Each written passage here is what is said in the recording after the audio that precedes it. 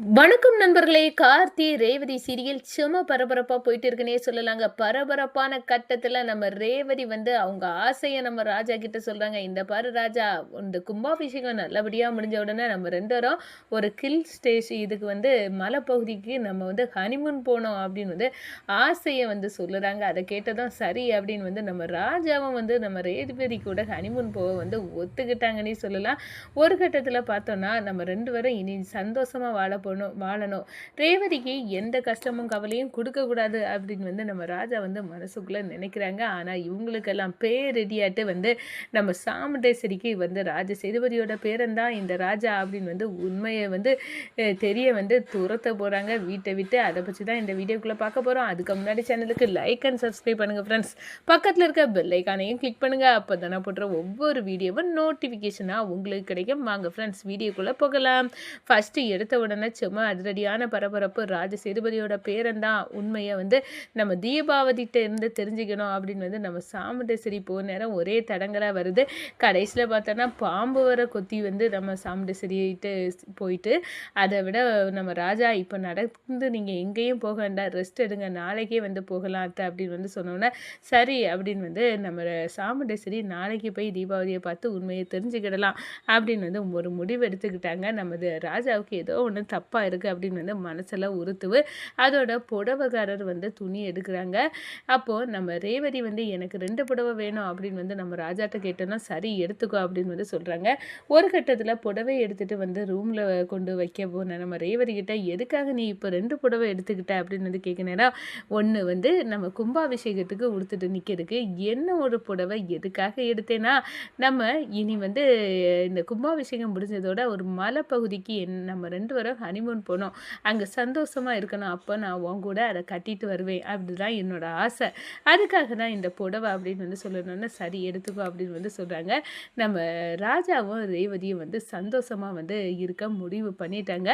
அதோட பார்த்தோன்னா இந்த சைடு நம்ம தீபாவளிகிட்ட போய் உண்மையை வந்து தெரிஞ்சுக்கிடணும் அப்படின்னு வந்து அந்த இடத்துல துடிச்ச நம்ம சாமுண்டேஸ்வரி காரை எடுத்துகிட்டு யாரும் பார்க்கல, நம்ம போய் தீபாவளிகிட்ட உண்மையை கேட்டு தெரிஞ்சுக்கிடலாம் அப்படின்னு வந்து போகிறாங்க. அங்கே பார்த்தா தீபாவளிக்கு பெரிய தடங்கள், உண்மையை இப்போ சொல்ல வேண்டாம் அப்படின்னு வந்து நம்ம தீபாவளி நினச்சிட்டாங்க. சாமுண்டேஸ்வரி கிட்ட நேர தீபாவளியை போய் பார்க்குறாங்க. அப்போ தான் தீபாவளி சொல்கிறாங்க, இந்த பாரு, நான் வந்து சந்தேகப்பட்டேன், உன் மருமக சேதுபதியோட பேரன் தான் நினச்சேன், ஆனால் இப்போ எனக்கு வேறு திருப்பம் ஒன்று கிடச்சிருக்கு சாமுண்டேஸ்வரி. ஆனால் இது வந்து இப்போ வந்து விசாரித்து சொல்ல முடியாது, ஏன்னா அடுத்ததாக ஒரு சந்தேகம் வந்திருக்கு, அதை வந்து கிளியர் பண்ணிட்டு தான் நான் உன்கிட்ட உண்மையை சொன்னேன். நானும் வந்து அவசரப்பட்டு இப்போ கிளம்பி வா, உண்மையை சொல்லுறேன், நான் கண்டுபிடிச்சிட்டேன், நேரில் தான் சொல்ல முடியும் அப்படின்னு எல்லாம் சொல்லிட்டேன். ஆனால் இதில் ஒரு கிளாரிஃபிகேஷன் இருக்குது, கண்டிப்பாக அதை முடிச்சுக்கிட்டு தான் நான் வந்து சொல்ல முடியும் அப்படின்னு வந்து அந்த இடத்துல தீர்ப்பை வந்து சொல்லண்டா.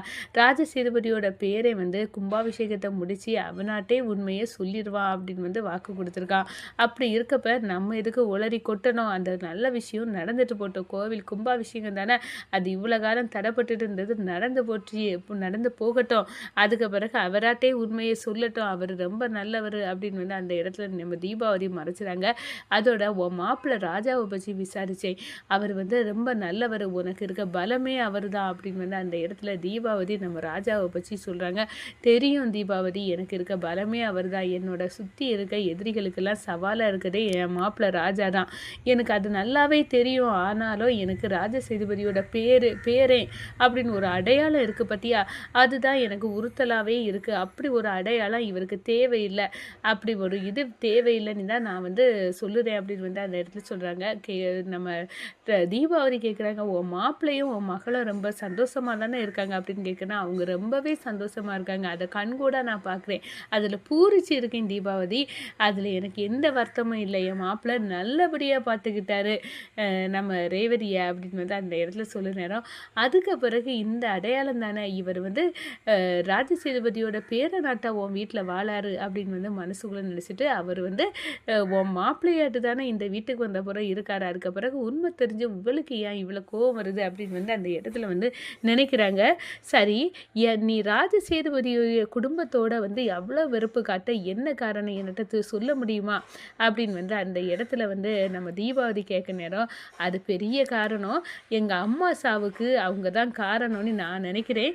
அதனால தான் நான் வந்து அவங்க மேலே கோவமாக இருக்கிறேன் அப்படின்னு வந்து சொல்ல நேரம், ஒரிஜினலாக வந்து அந்த பரமேஸ்வரி குடும்பம் தான் உங்கள் அம்மா சாவுக்கு காரணமா அப்படின்னு வந்து நம்ம சாமுண்டேஸ்வரி கிட்ட தீபாவதி கேட்குறாங்க. அதுலேயும் ஒரு குழப்பம் இருக்க தான் செய்வு. அதில் ஏட்டு சண்முகம் அவர் ஒரு எவிடன்ஸை அந்த மொபைலில் வந்து விட்டுட்டு போனாருன்னு சொன்னாங்க. அதில் எங்கள் அம்மா சாவுக்கு ஒரிஜினலாக யார் காரணம்னுக்கிட்டு இருக்குதுன்னு சொன்னாங்க. அந்த ஃபோனை வந்து எங்கள் வீட்டில் வச்சுருந்தேன், அதை யாரோ திருடிட்டாங்க, இப்போ என் கையில் இல்லை, அதில் தான் அந்த ரகசியம் இருந்துச்சு அப்படின்னு வந்து சொல்கிறாங்க. அப்போ வீட்டில் இருக்க ஃபோனை யார் திருடியிருப்பாங்க அதான் தெரியலை. வீட்டில் வர வர நான் வச்சுருக்க பொருளெல்லாம் வந்து மாறி தான் இருக்குது.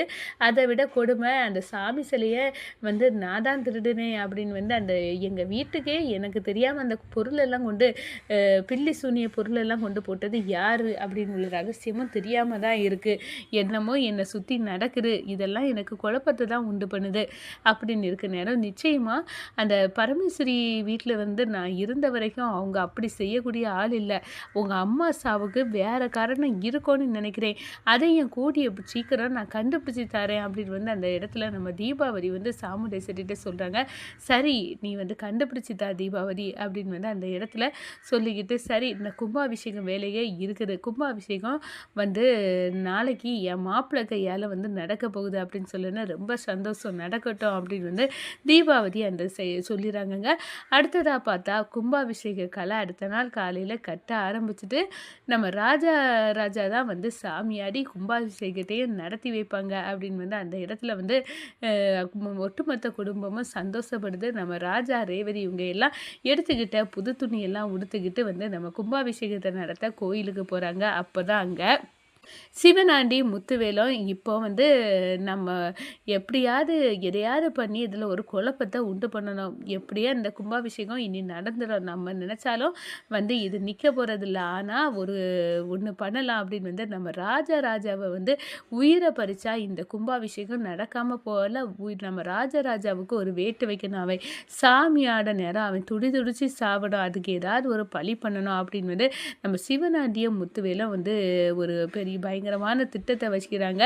சரி, சாமியாட நேரம் துடிச்சு ராஜா இறந்தானா கும்பாபிஷேகம் அதுக்கு பிறகு தான் நடக்கும், அவன் கையால் நடக்காது, கும்பாபிஷேகம் அவன் இறந்ததோடு நின்று போனோம், இப்படியும் நடக்கலாம் அப்படின்னு வந்து அந்த இடத்துல ஒரு ஸ்கெட்சை போடுறாங்க. நிச்சயமாக இந்த கும்பாபிஷேகம் நடக்காமல் இருக்கிறதுக்கு என்ன சதி உண்டோ அதை பண்ணுவோம் அப்படின்னு வந்து சிவனாண்டி முத்துவேலும் பண்ணிட்டு இருக்க நேரம் நம்ம ராஜா வந்து யோசிக்கிறாங்க, எப்படியும் சிவனாண்டி முத்துவேலு விருமன் இவங்க எல்லாம் இந்த கும்பாபிஷேகம் நடக்கக்கூடாதுன்னு பண்ணுவாங்க, ஆனால் எல்லா திட்டத்தையும் முறியடிச்சு கண்டிப்பாக இந்த கும்பாபிஷேகத்தை மாமா கையால் நடத்தணும், நடந்து முடிஞ்சதோட நான் அத்தை கிட்ட நான் தான் ராஜ சேதுபதியோட பேரன் அப்படின்னு வந்து உண்மையை வந்து சொல்லணும் அப்படின்னு வந்து நம்ம ராஜா வந்து ஒரு யோசனை போட்டுக்கிட்டு இருக்காங்கங்க. கண்டிப்பாக உண்மையை சொல்லணும் அப்படின்னு வந்து நினைக்கிறேன்.